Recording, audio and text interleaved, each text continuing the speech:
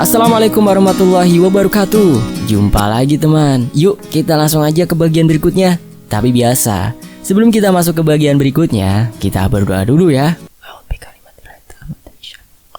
Bismillahirrahmanirrahim.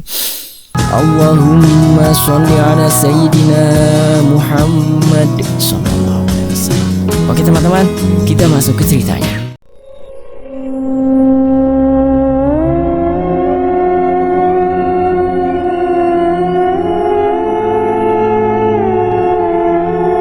Kali ini kejadian masih di sekolahan ya. Tepat saat ada kegiatan persami. Dan waktu itu agenda acara sedang untuk acara pentas seni. Semua peserta bersukaria. Ada yang nyanyi, bercanda, cerita. Ada pula yang asik foto-foto. Oh iya, di sini posisi aku sebagai dewan ambalan. Taulah pastinya. Apa itu dewan ambalan? Ya, bagi yang belum tahu ya, aku di sini sebagai pengurus pramuka di sekolahan. Singkat cerita aja, acara malam ini selesai. Semua peserta kita kondisikan untuk istirahat tidur. Waktu sudah menunjukkan pukul 12 malam. Di situ aku lagi keliling buat ngontrol anak untuk pada tidur. Dan teman-teman lain ada yang rapat buat koordinasi cerit malam jam 3 nanti. Ada juga yang lagi mau nyingkirin kayu sisa-sisa api unggun yang masih ada bara api yang nyala. Awalnya, aku keliling sendiri sampai ada cewek nyamperin aku. Cewek ini namanya Widya. Dia ceweknya cantik, tinggi, gampang berbaur, body semula hai lah. Pokoknya Yahud untuk dipandang. Dia ini adik kelasku. Tepatnya sekarang masih jadi peserta. Widya ngomong nih, "Kak, mau kemana?" Katanya pada disuruh tidur. Kok kalian malah jalan-jalan sendirian? Kamu kok gak tidur? Sana pergi tidur, besok masih banyak kegiatan. Nanti aja, masih belum ngantuk kak. Lah, ini anak disuruh istirahat malah susah. Udah sono daripada aku hukum nanti.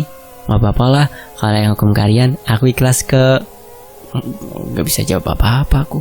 Ya udah, kamu tunggu di sini dulu aja. Kalau gak mau tidur, ntar aku kesini lagi buat temenin kamu. Oke kak, bener ya, aku tunggu di sini loh. Pokoknya nanti kesini lagi. Iya sono, kamu duduk sono dulu Gi. Oh ya, sekedar informasi ya.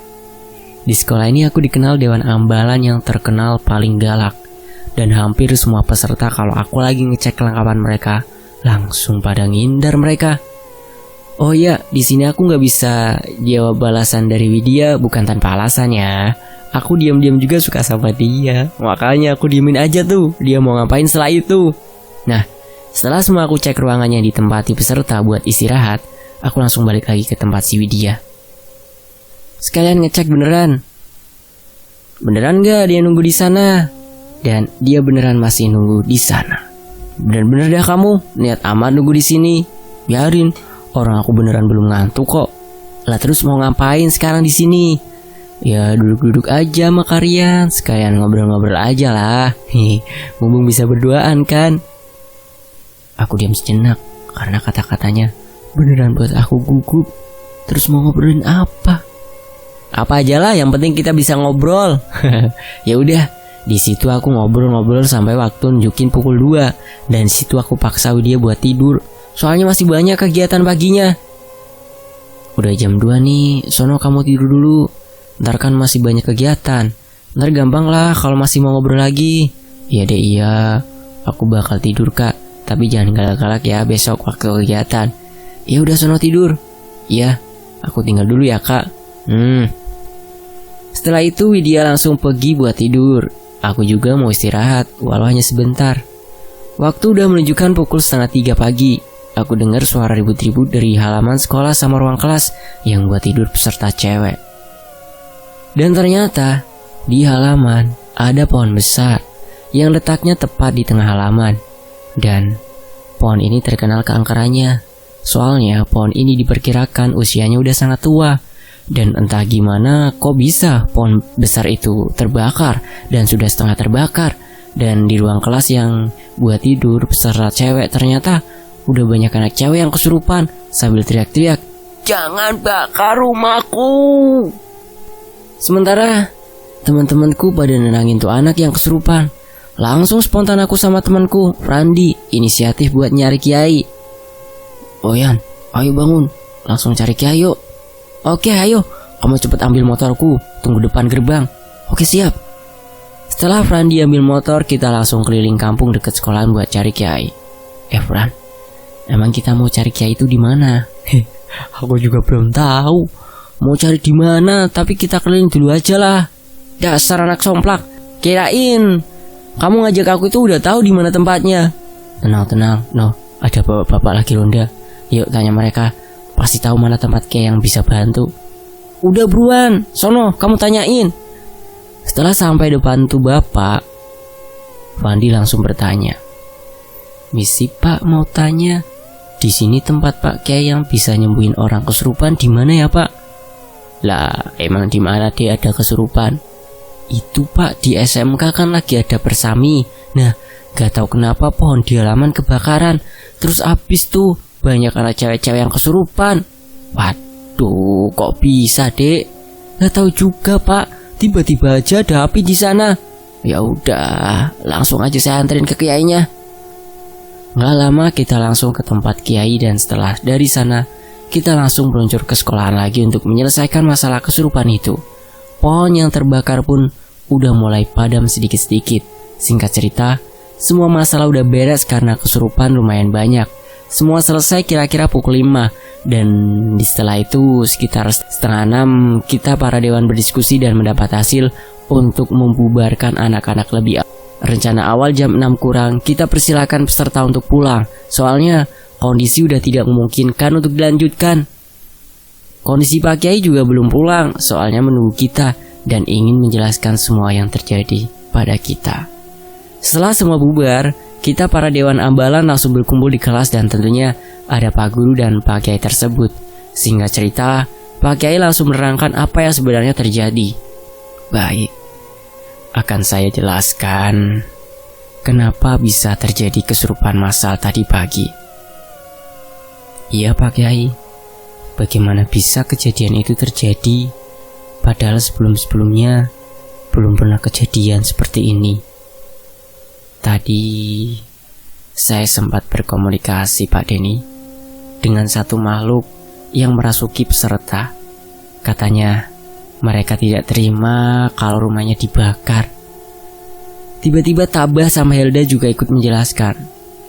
Mungkin itu kesalahan saya sama Tabah Pak, soalnya kami membuang arang atau kayu bekas api unggun tadi malam di bawah pohon itu. Iya Pak, kita buangnya tepat di bawah pohon itu.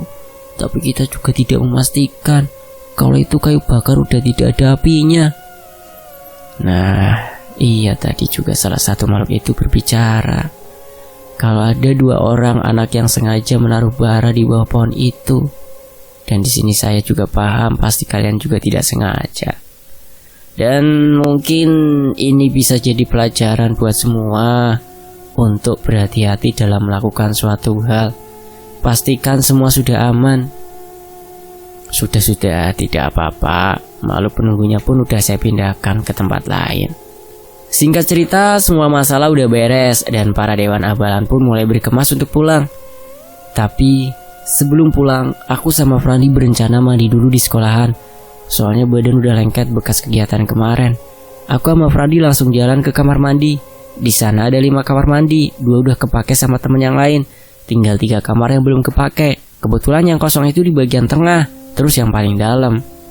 Pran, aku mandi di tengah ya, kamu yang sebelahnya. Alah, aku mah di mana aja bisa, kata Frandi. Setelah sampai di depan kamar mandi, aku cek dulu nih, ada gayungnya apa enggak. Woi Fran, di sini gak ada gayungnya. Barangkali di situ ada gayung 2. Ah boro-boro, di sini juga gak ada bro. Ah yang bener, coba no lihat yang paling ujung. Aku sama Frandi langsung cek ke sana. Dan ternyata sama gak ada. Ya udah, aku sama Frandi langsung balik aja nunggu teman lain selesai mandi. Sambil nunggu, aku sama Frandi cek lagi kamar mandi buat mastiin bener gak ada gayungnya. Tapi anehnya, kita malah nemuin 3 gayung sekaligus di tiap kamar mandi yang tadinya gak ada gayungnya sama sekali. Lah bro, ini kok malah di 3 gayung padahal tadi gak ada loh. Lah iya, bentar aku cek yang sebelahnya juga. Lah kok aneh bro, di sini juga ada 3 gayung. Kamar mandi sebelah juga ada 3. Wah, nggak beres nih kamar mandi. Bener, mending cabut aja yuk. Mandi di rumah aja lah. Ya udah yuk cabut ah. Belum sempat sampai keluar itu lampu depan kamar mandi langsung mati sendiri. Otomatis aku langsung lari ninggalin tuh si Frandi. Singkat cerita, aku langsung pergi pulang dan baru sampai depan jalan raya aku lihat niat si Widya masih duduk di pinggir jalan. Kirain udah pulang. Nunggu apa kamu? Nunggu kalian. Lah ngapain nunggu aku? Udah sono pulang. Lah main dulu lah, yuk kak, mumpung minggu juga. Lagian ini kan masih pagi, jadi masih bisa pulang siang. Orang tua aku taunya masih bersami kan. Entah kenapa aku tanpa pikir panjang langsung mengiyakan ajakan si Widya. Setelah itu aku langsung jalan-jalan sama si Widya. Dari sekolahan kita langsung ke alun-alun buat menikmati jajanan kaki lima. Nah, mulai dari situ kita mulai akrab, saling cerita, bercanda dan lain-lain. Siang hari pun tiba, saatnya aku pulang ke rumah buat istirahat. Wid, aku pulang dulu ya. Capek nih badan. Oke lah kak, yuk pulang. Tapi aku minta nomor HP kakak ya. Lah buat apaan? Kali aja nanti selang beberapa menit kangen. Kan bisa chattingan. Alah kamu tuh palingan yang kangen. Ya udah nih, tulis langsung di HP kamu. Habis ngasih nomor HP aku ke Widya, aku langsung buru-buru balik ke rumah. Badan udah lengket, pegel, pokoknya pengen sampai rumah. Langsung tidur. Setelah sampai rumah aku gak langsung tidur, tapi aku sempetin buat mandi dulu. Di sini aku ngerasa ada hawa yang aneh, gak seperti biasanya. Aku jalan dari kamar sampai ke kamar mandi. Dalam perjalanan itu, aku ngerasa dia ngikutin aku dari belakang. Tapi begitu aku noleh ke belakang, gak ada siapa-siapa. Kebetulan rumah juga sepi, orang-orang pada keluar ada acara. Aku berusaha untuk biasa aja. Aku masuk tuh ke kamar mandi. Semua aku lepas celana, baju dalam dan lain-lain, sampai habis yang melekat di tubuhku. Anduk juga aku cantelin. Setelah itu aku langsung lah mandi. Gak perlu aku terangin prosesnya lah, udah pada tahu kira-kira begitu. Tapi di pertengahan aku mandi, aku ngerasa ada sesuatu lewat di belakangku. Diikuti angin kecil yang lewat. Layaknya kalau ada orang lewat beneran di belakang aku. Aku masih berpikiran positif aja. Palingan angin biasa. Nggak lama kemudian, anduk yang aku gantung tiba-tiba kayak ada yang menyibakkan andukku. Jadi geraklah tuh anduk. Nah, di sini aku udah ngerasa aneh. Aku buru-buruin tuh mandinya. Udah aku bilas langsung aku nyaut tuh anduk, terus langsung buka pintu. Di sini aku belum sempat pakai tuh handuk, nutupin badan aku pun belum sempat.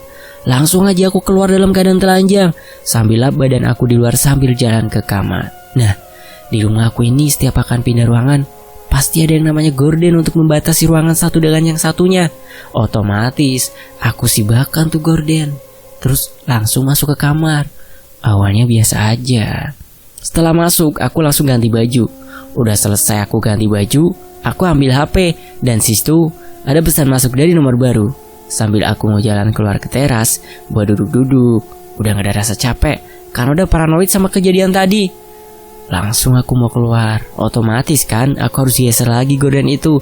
Nah, pas aku geser tuh gorden, tanganku gak sengaja megang, atau lebih tepatnya merasakan ada kayak konde atau sanggul yang aku rasain di tanganku.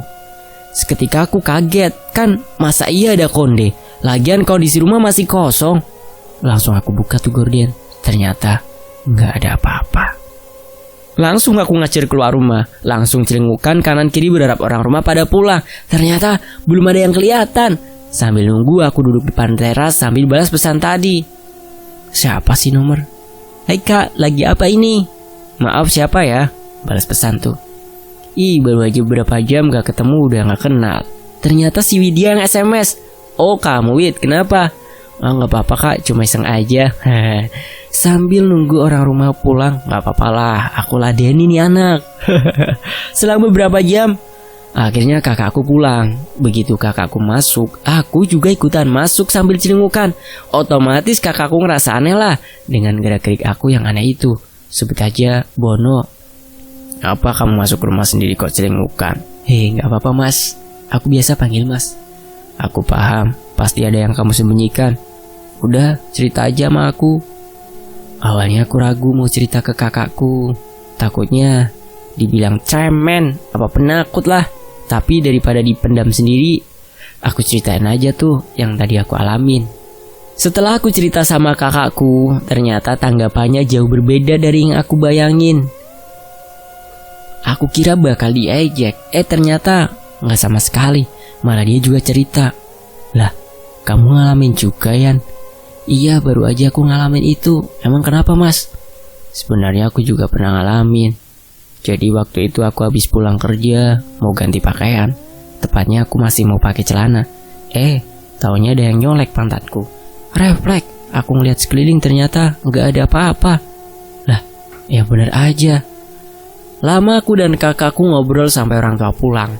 Tapi aku sama kakakku sengaja nggak ngomongin ini dulu sama orang tua. Setelah itu aku masuk ke kamar dan aku chat lagi si Widya itu. Nggak tahu kenapa, tambah asik aja waktu dichatin sama dia. Di chatnya, aku ngajak dia buat ikut aku sama teman-teman Dewan Ambalan buat ngadirin undangan TKM yang diadakan sama SMK sebelah. Dan ternyata dia mau. Nah, di acara TKM ini bakal banyak kejadian yang akan terjadi. Kira-kira kejadian apa ya yang akan dialami Mas Rian kecil? Cari tahu di bagian berikutnya ya. Saya undur diri dan wassalamualaikum warahmatullahi wabarakatuh. Terima kasih teman-teman.